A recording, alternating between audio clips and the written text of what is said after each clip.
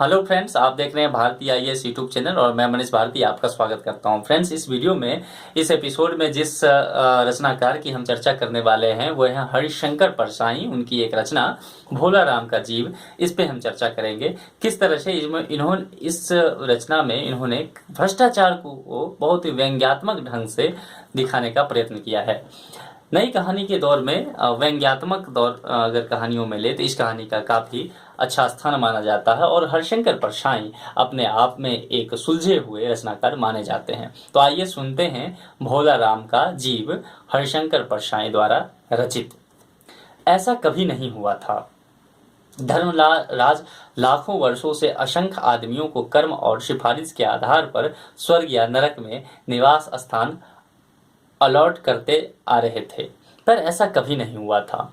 सामने बैठे चित्रगुप्त बार बार चश्मा पोंछ, बार बार थूक से पन्ने पलट रजिस्टर पर रजिस्टर देख रहे थे। गलती पकड़ में नहीं आ रही थी। आखिर उन्होंने खोज कर रजिस्टर इतने जोर से बंद किया कि मक्खी चपेट में आ गई। उसे निकालते हुए वो बोले, महाराज, रिकॉर्ड सब ठीक है। भोला राम के जीव ने 5 दिन पहले ही देह त्यागी और यमदूत के साथ इस लोक के लिए रवाना भी हुआ, पर यहां अभी तक नहीं पहुंचा। धर्मराज ने पूछा, और वह दूत कहाँ है? महाराज, वह भी लापता है। इसी समय द्वार खुले और एक यमदूत बड़ा बदहवास वहां आया। उसका मौलिक कुरूप चेहरा परिश्रम, परेशानी और भय के कारण और भी विकृत हो गया था। उसे देखते ही चित्रगुप्त चिल्ला उठे, अरे तू कहाँ रहा इतने दिन? भोला राम का जीव कहाँ है? यमदूत हाथ जोड़कर बोला, दया निधान, मैं कैसे बतलाऊं कि क्या हो गया। आज तक मैंने धोखा नहीं खाया था, पर भोला राम का जीव मुझे चकमा दे गया।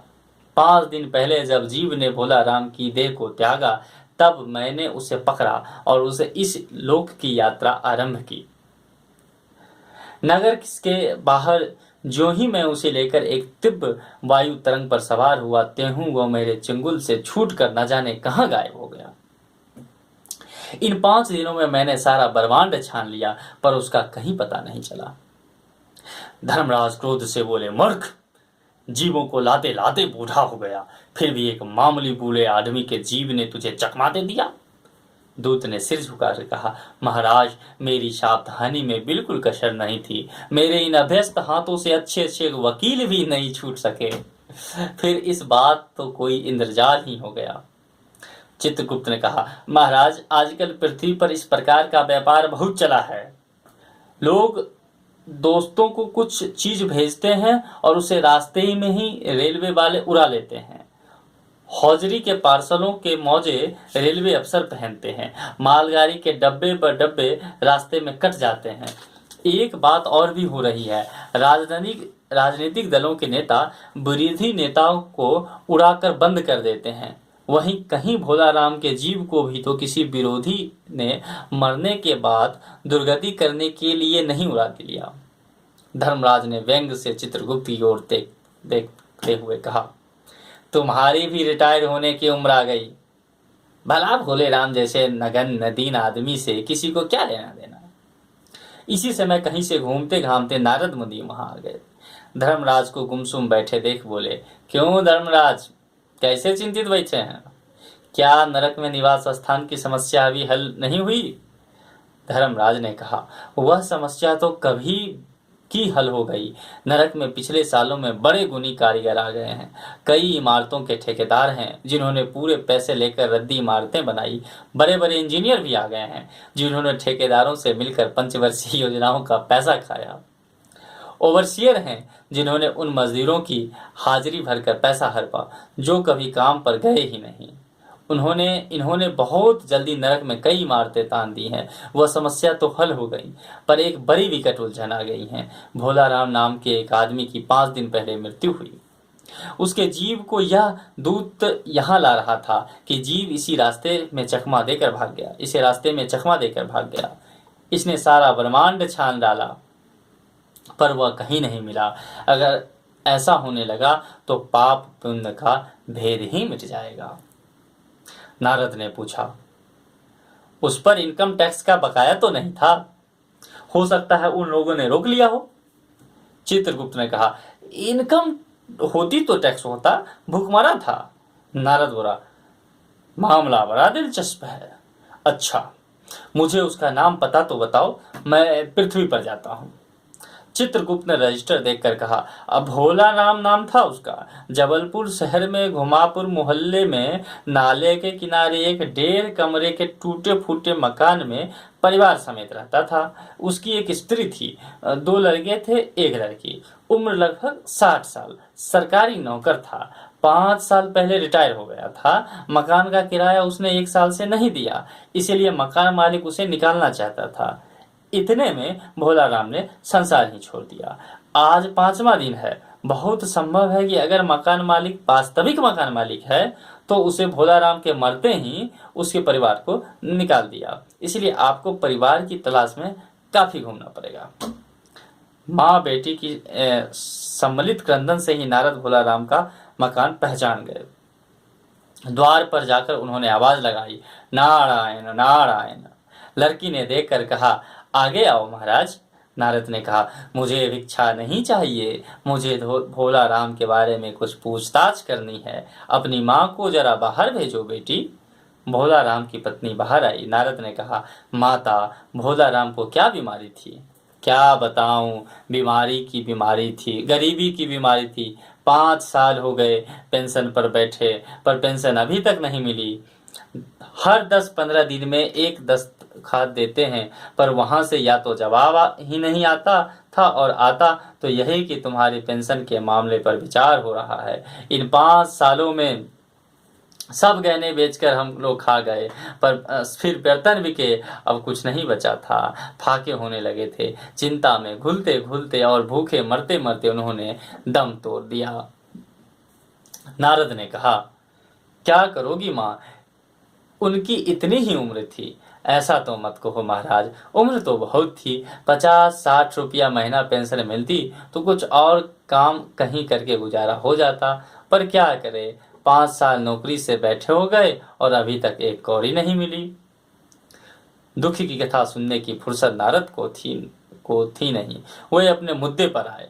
माँ, यह बताओ कि यहाँ किसी से उनका विशेष प्रेम था जिसमें उनका जी लगा हो? पत्नी बोली, लगाव तो महाराज बाल बच्चों से ही होता है। नहीं, परिवार के बाहर भी हो सकता है। मेरा मतलब है किसी स्त्री ने गुर्रा कर नारद की ओर देखा। मत बको महाराज, तुम साधो हो, उचक्के नहीं हो। जिंदगी भर उन्होंने किसी दूसरी स्त्री को आंख उठाकर नहीं देखा। नारद हंसकर बोले, हाँ, तुम्हारा यह सोचना ठीक ही है। यही हर अच्छी गृहस्थनी का आधार है। अच्छा माता, मैं चला। स्त्री ने कहा, महाराज, आप तो साधु हैं, सिद्ध पुरुष हैं, कुछ ऐसा नहीं कर सकते कि उनकी रुकी हुई पेंशन मिल जाए, इन बच्चों का पेट कुछ दिन भर जाए। नारद को दया आ गई थी। वह कहने लगे, साधुओं की बात कौन मानता है। मेरा यहाँ कोई मठ तो है नहीं, फिर भी मैं सरकारी दफ्तर में जाऊंगा और कोशिश करूंगा। वहां से चलकर नारद सरकारी दफ्तर में पहुंचे। वहां पहले ही कमरे में बैठे बाबू से उन्होंने भोला राम के केस के बारे में बातें की।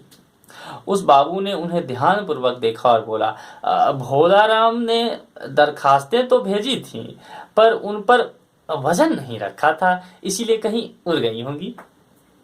नारद ने कहा, भाई, ये बहुत से पेपर वेट तो रखे हैं, इन्हें क्यों नहीं रख दिया? बाबू हंसा, आप साधु हैं, आपको दुनियादारी समझ में नहीं आती।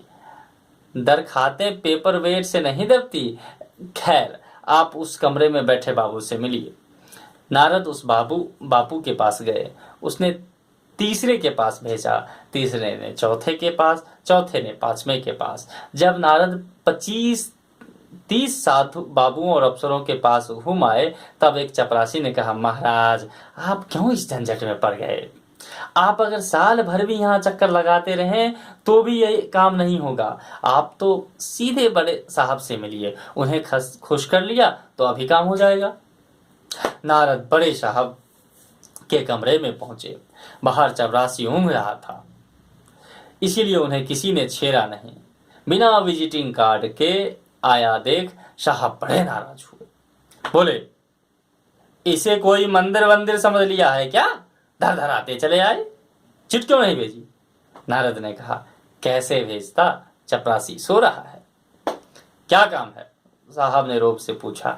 नारद ने भोलाराम का पेंशन केस बतलाया। साहब बोले, आप हैं बैरागी, दफ्तरों के रीति रिवाज नहीं जानते। असल में भोलाराम ने गलती की। भाई यह भी एक मंदिर है, यहाँ भी दान पूर्ण करना पड़ता है। आप भोलाराम के आत्मीय मालूम होते हैं। भोलाराम की दरखास्तें उड़ रही हैं, उन पर वजन रखिए। नारद ने सोचा कि फिर यहाँ वजन की समस्या खड़ी हो गई। साहब बोले, भाई सरकारी पैसे का मामला है, पेंशन का केस 20 दफ्तरों में जाता है, देर लग ही जाती है।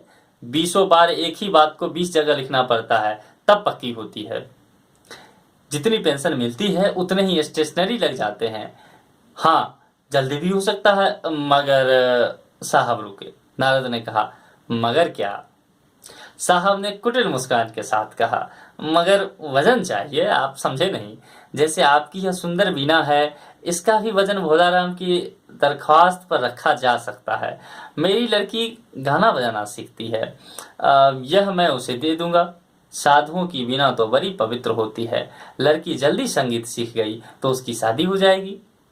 नारद अपनी वीणा छीनते देखकर जरा घबराए, फिर संभलकर उन्होंने वीणा टेबल पर रखकर कहा, यह लीजिए, अब जरा जल्दी उसके पेंशन का ऑर्डर निकाल दीजिए। साहब ने प्रसन्नता से उन्हें कर दी। वीणा को एक कोने में रखा और घंटी बजाई। चपरासी हाजिर हुआ। साहब ने हुक्म दिया, बड़े बाबू से भोलाराम की केस की फाइल लाओ। थोड़ी देर बाद चपरासी भोलाराम की 100-150 दस्तखातों से भरी फाइल लेकर आया। उसमें पेंशन के कागजात भी थे। साहब ने फाइल पर का नाम देखा और निश्चिंत करने के लिए पूछा, क्या नाम बताया साधु जी आपने? नारद समझे कि साहब कुछ ऊंचा सुनता है, इसीलिए जोर से बोले, भोलाराम। साहब फाइल में से आवाज आई, सहसा फाइल में से आवाज आई, कौन पुकार रहा है मुझे? पोस्टमैन है क्या? पेंशन का ऑर्डर आ गया? साहब डरकर कुर्सी से लुढ़क गए। नारद भी चौंके, पर दूसरे ही क्षण समझ गए। बोले, भोलाराम, तुम क्या भोलाराम के जीव हो? हाँ, आवाज आई। नारद ने कहा, मैं नारद हूं, मैं तुम्हें लेने आया हूं, चलो स्वर्ग में तुम्हारा इंतजार हो रहा है। आवाज आई, मुझे नहीं जाना, मैं तो पेंशन की दरखास्तों में अटका हूं, यही मेरा मन लगा है, मैं अपनी दरखास्तें छोड़कर नहीं जा सकता। और इसी के साथ समाप्त होता है भोलाराम का जीव। हरिशंकर परसाई की रचना सरकारी कामों में लेट लठीफी, लाल फीताशाही, भ्रष्टाचार को उजागर करती है कि भ्रष्टाचार किस तरह से एक दीमक की भांति सिस्टमेटिक वे में समाज को दिनों दिन कमजोर करता जा रहा है। हरिशंकर परसाई ने व्यंग्य के माध्यम से इस सारे चीज़ों को समझाने का प्रयत्न किया है कि इंसान की मृत्यु भले ही हो जाए, मरने के बाद भी उसके कार्य को निपटाना करने के लिए उसके परिवारजनों को, उसे कुटुंब को भ्रष्टाचार के लिए रकम देना पड़ता है, तभी उसके काम हो पाते हैं। और यह हम सभी इन चीज़ों को रोज़मर्रा के जीवन में जी रहे हैं, इसीलिए सरकारी व्यवस्था पे उन्होंने जम के लताड़ा है। तो इसी बात के साथ, इसी वादे के साथ कि अगले एपिसोड में हम किसी और रचनाकार के नई रचना के साथ आपसे मुलाकात करेंगे, ढेर सारी बातें करेंगे। तब तक के लिए आप हमें इजाज़त दीजिए और हमसे वादा कीजिए कि आप हमारे चैनल को सब्सक्राइब करेंगे, कमेंट बॉक्स में डालेंगे कि आपको किस तरह की रचना और चाहिए, किस रचनाकार की बातें आप सुनना चाहते हैं। कोशिश करूंगा मैं कि उनकी रचना आप तक पहुंचाई जाए। आप अगर इसे बेहतर मान रहे हैं, आपको सुनने में अच्छा लग रहा है, तो आप लाइक कर सकते हैं, अन्यथा डिसलाइक भी कर सकते हैं। साथ ही इस वीडियो को सोशल मीडिया के प्लेटफॉर्म पे आप शेयर करें अपने दोस्तों के साथ, ताकि अधिक से अधिक लोग इसका श्रवण कर सकें और व्यवस्था की कुरीतियों को समझ सकें और भ्रष्टाचार के विरुद्ध खड़े होने का साहस कर सकें, ताकि समाज में एक अस्थायी परिवर्तन लाने का भाव सभी जनमानस के मन में आए। खास करके उन सरकारी अफसरों और दफ्तरों में कार्य कर रहे लोगों को पता चलना चाहिए कि उनके वजह से आम जनमानस को कितनी सारी तकलीफें झेलनी पड़ती है। तो इन्हीं बातों के साथ की फिर मुलाकात होगी। आपसे लेते हैं विदा, साथ ही आपको बताते हैं, कहते हैं कि स्वस्थ रहिए, मस्त रहिए, व्यस्त रहिए, हाँ अस्त व्यस्त ना रहें। शुभ रात्रि।